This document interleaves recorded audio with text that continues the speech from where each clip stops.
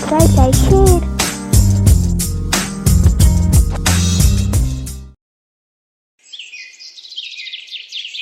नागपुर में रतन नाम का एक आदमी अपनी पत्नी रजनी और बेटी सोमा के साथ रहता था। रतन की पिज्जा शॉप की एक छोटी सी दुकान थी जिसमें वो पिज्जा बनाकर बेचा करता था।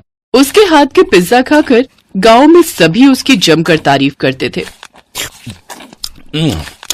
वाह भाई, क्या स्वाद है रतन भाई। हाँ, कमाल का पिज्जा बनाते हो भैया तुम तो।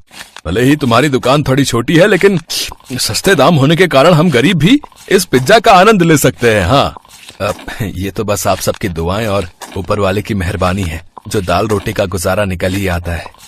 रतन अपनी छोटी सी दुकान से थोड़ी बहुत कमाई कर लेता था, जिससे वो बहुत खुश था। लेकिन एक रोज जब वो दुकान में ओवन में पिज्जा बना रहा था, वो अचानक से ओवन में ब्लास्ट हो गया और उसकी पूरी दुकान में आग लग गई। साथ ही रतन भी उस आग की चपेट में आ गया।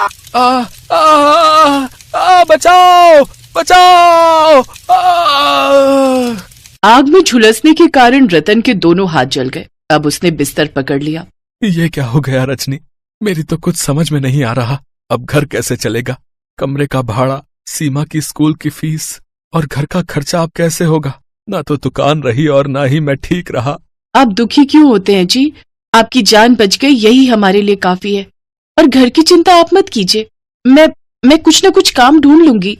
रजनी ने रतन को तसल्ली देने के लिए ऐसा कह तो दिया, लेकिन सच तो ये था कि वो खुद नहीं जानती थी कि अब उसका घर कैसे चलेगा। उसने अगले दिन से काम ढूंढना शुरू कर दिया। बड़ी मुश्किल से उसे एक घर में खाना बनाने और झाड़ू पोछा करने का काम मिल गया, जिससे उसे कुछ आमदनी होने लगी। लेकिन एक रोज, रजनी, ये लो तुम्हारी पगार, अब से सारा हिसाब बराबर। अब से कल तुम काम पर मत आना, क्योंकि इनका ट्रांसफर दूसरे शहर में हो गया है और अब हम सब वहीं शिफ्ट हो रहे हैं। ये सुनकर रजनी परेशान हो गई। उसने कहीं और काम ढूंढने की बहुत कोशिश की, लेकिन उसे कहीं काम नहीं मिला। माँ, बहुत दिन हो गए पिज्जा खाए हुए। जब से बाबा की दुकान चली है तब से हमने पिज्जा खाया ही नहीं। आज मेरा मन पिज्जा खाने का कर रहा है, तुम मेरे लिए बना दो ना पिज्जा। लेकिन वो बनेगा किसमें? मशीन तो। तभी उसकी नजर रसोई में रखी बड़ी कढ़ाई में जाती है जो उसकी माँ ने उसे दहेज में दी थी। पिज्जा? हाँ, बन जाएगा पिज्जा। रजनी जल्दी से बाजार जाती है और पिज्जा बनाने का जरूरी सामान ले आती है। फिर घर पर ही कढ़ाई में पिज्जा बनाकर तैयार करती है। उस पिज्जा को खाकर तो रतन और सोमा भी हैरान थे, क्योंकि वो तो बाजार में मिलने वाले पिज्जा से भी ज्यादा स्वादिष्ट था। रजनी अब गांव में छोटा सा ठेला लगाकर उसमें कढ़ाई पिज्जा बनाकर बेचने लगती है।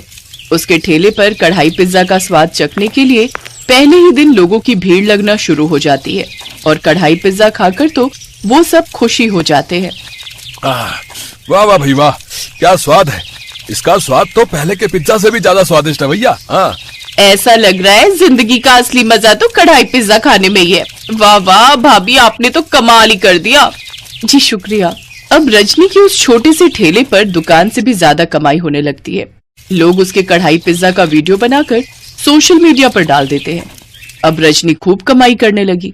रजनी अब रतन का इलाज अच्छे अस्पताल में करवाती है, जहाँ कुछ ही दिनों में वो भी ठीक हो जाता है। अब वो भी रजनी के साथ उसका हाथ बटाता है और दोनों पति पत्नी मिलकर खूब पैसे कमाते हैं। अगर आपको ऐसी कहानियाँ देखनी है तो हमारे चैनल को सब्सक्राइब कर लें, बेल आइकन पे क्लिक कर लें ताकि ऐसी अच्छी वीडियो आप तक पहुंचती रहे।